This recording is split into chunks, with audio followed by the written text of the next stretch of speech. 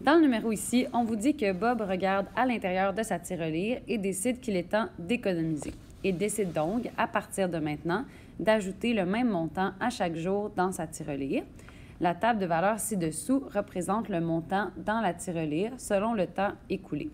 Donc, vous avez votre table de valeur ici qui représente, selon le nombre de jours qui se sont écoulés depuis qu'il a décidé d'économiser, combien il y a dans sa tirelire.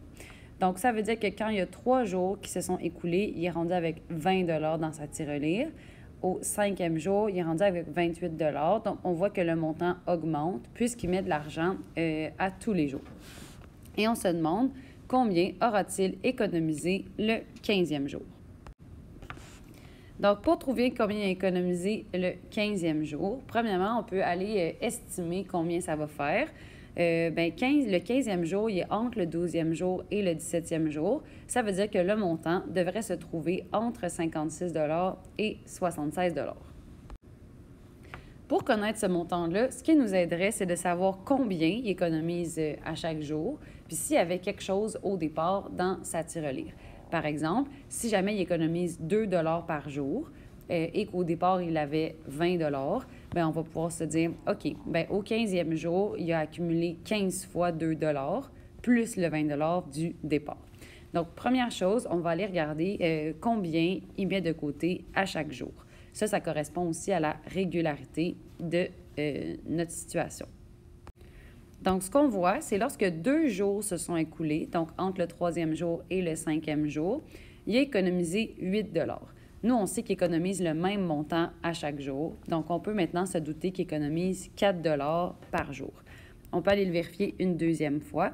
Donc, ici, il y a 4 jours qui se sont écoulés entre le 5e jour et le 9e jour.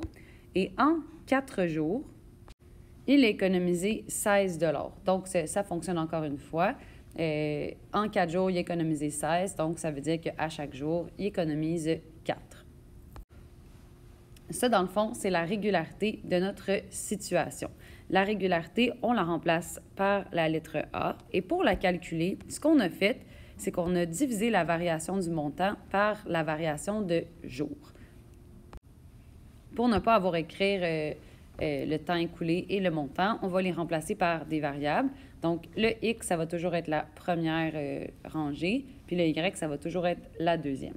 Ça veut dire que pour trouver la régularité, on a fait la variation du montant, donc la variation des Y, divisé par la variation des X, donc la variation du temps. Et le mot variation, on le remplace par le symbole delta. Maintenant, la variation des Y, ça nous a donné 2. 8, la variation des X, ça nous a donné 2. Et on obtient 4. Ça veut dire que Bob y économise 4 $ à chaque jour.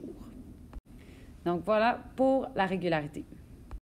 Dans la table de valeur, ça veut dire que si on ajoutait un jour supplémentaire, donc si on était rendu à 4 jours, bien, il faudrait qu'on ajoute 4 $. Donc, on serait rendu à 24 $.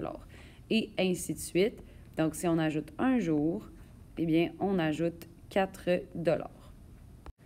Ça nous permettrait d'aller trouver combien d'argent il a économisé au 15e jour avec les flèches. C'est pas comme ça que je veux que vous le fassiez dans l'examen, mais ça peut vous aider, dans le fond, à trouver la réponse, puis ensuite, faire la démarche après. Donc, ce qu'on peut se dire, c'est qu'ici, entre le 12e jour et le 15e jour, il y a 3 jours qui se sont écoulés. Puisqu'on sait qu'il économise 4 $ à chaque jour, ça veut dire qu'il va avoir économisé 3 fois 4 $. Ça veut dire qu'il va avoir économisé 12 $ de plus. Donc, on pourrait faire 56 plus 12, puis on obtiendrait le montant qui est ici. Par contre, moi, je vais le faire avec une démarche qui est un petit peu plus algébrique pour trouver ce qui est là. Donc, ma deuxième étape. Maintenant, j'ai trouvé qu'il économisait 4 $ par jour. Maintenant, je vais aller trouver combien il y avait dans sa tirelire au départ. Ça correspond à la valeur initiale de la situation.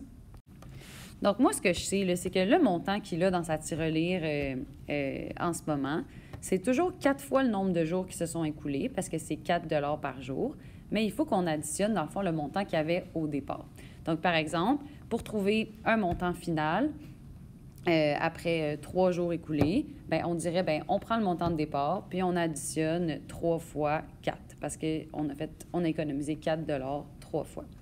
Mais en ce moment, le montant final qui reste dans sa tirelire, on a décidé qu'on l'appelait Y. Donc, pour l'instant, on met ça là. Y. 4 fois ici, on l'a trouvé. Le nombre de jours, c'est le temps qui est écoulé. On a décidé qu'on appelait ça X. Puis le montant de départ, on ne le sait pas c'est quoi, mais ça, c'est la valeur initiale de la situation. Donc, on l'appelle K. Donc, maintenant, ce que vous cherchez, c'est votre valeur initiale. Pour l'instant, c'est impossible à trouver puisque vous avez 3 inconnus dans votre équation. Donc, pour trouver la valeur initiale de la situation, vous allez remplacer votre Y et votre X par un des points qui est dans la table de valeurs. Par exemple, moi, je vais prendre le 3 et le 20. Donc, je vais aller calculer ma valeur initiale avec le point 3,20. Le 3, ça va être ma valeur de X, puis le Y, ça va être 20. Donc, je remplace mon Y par 20. Je remplace mon X par 3. Et dans le fond, je vais avoir seulement comme inconnu ma valeur initiale. Donc, j'obtiens ici 20, qui est égal à 12, plus la valeur initiale. Et pour annuler le 12, puisque je veux ma valeur initiale tout seul, donc je fais moins 12 d'un côté, moins 12 de l'autre. Et là, j'obtiens 8, qui est égal à K. Ça, dans le fond, ça signifie qu'au départ, dans sa tirelire, il avait 8 $. Donc, comme je l'ai écrit ici, il y avait 8 $ au départ dans sa tirelire. Maintenant, je vais aller dans la table de valeurs pour faire un peu de sens avec la démarche qu'on vient de faire. Donc, nous, on a trouvé tout à l'heure qu'il économisait 4 $ par jour. S'il n'y avait rien eu dans sa tirelire au départ, au 3e jour, il aurait économisé 3 fois le 4 $. Donc, si on économise 3 fois le 4 $, ça veut dire que dans sa tirelire, il aurait été censé avoir 12 $.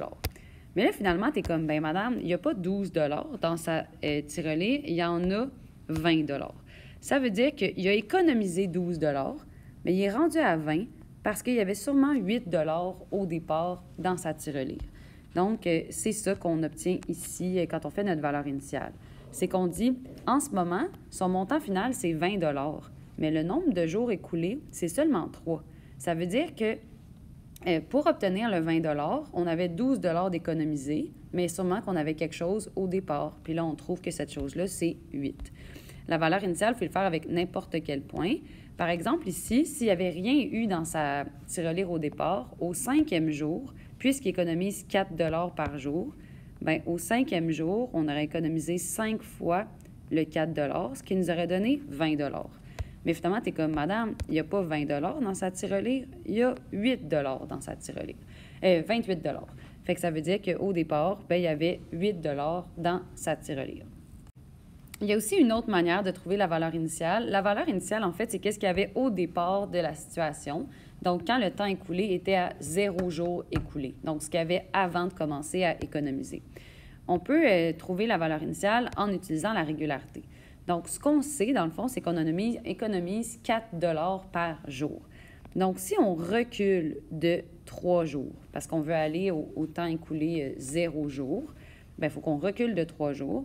Ça veut dire qu'il faut qu'on enlève 3 jours d'économie. Donc, ça veut dire qu'il faut qu'on enlève 3 fois 4 $. Bien, ça veut dire qu'il faut qu'on enlève 12 $. Puis 20 moins 12, qu'est-ce que ça donne? Ça donne 8. Donc, ta valeur initiale, c'est 8. Maintenant que c'est clair, on a clarifié que notre Bob économise 4 $ par jour et qu'il avait 8 $ au départ dans sa tirelire. Maintenant, ça va être assez facile d'aller trouver combien il y a dans sa tirelire au 15e jour. Donc, premièrement, nous, ce qu'on a trouvé, c'est que le montant dans sa tirelire, c'était égal à 4 fois son nombre de jours, parce que c'est 4 $ par jour, plus le 8 $ qu'il y avait au départ. Par contre, j'aime pas ça, écrire le mot montant. Donc, je vais le remplacer par la variable Y et le nombre de jours, on le remplace par la variable X. Donc, c'est comme ça que j'obtiens mon équation qui veut me dire que le montant, c'est égal à 4 fois le nombre de jours plus 8. Avec cette équation-là, vous pourriez trouver n'importe quoi. Donc, je pourrais te donner n'importe quel nombre de jours écoulés. Tu pourrais trouver le montant qui est associé. Ou je pourrais te donner n'importe quel montant, puis tu pourrais trouver le nombre de jours qui se sont écoulés. Donc, 4e étape, nous, ce qu'on veut savoir, c'est le montant au 15e jour.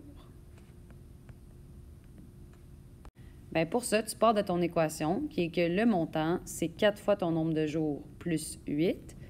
15e jour, dans le fond, le 15e, c'est un nombre de jours, donc c'est un X. Comment je le sais? C'est que dans ma table de valeurs, le temps, c'est les X, puis le montant, c'est les Y. Donc ici, je vais aller remplacer mon X par 15. Donc ça me fait 4 fois 15 plus 8, qui va me donner 60 plus 8 et 68 $. Donc c'est comme ça qu'on trouve le montant au 15e jour.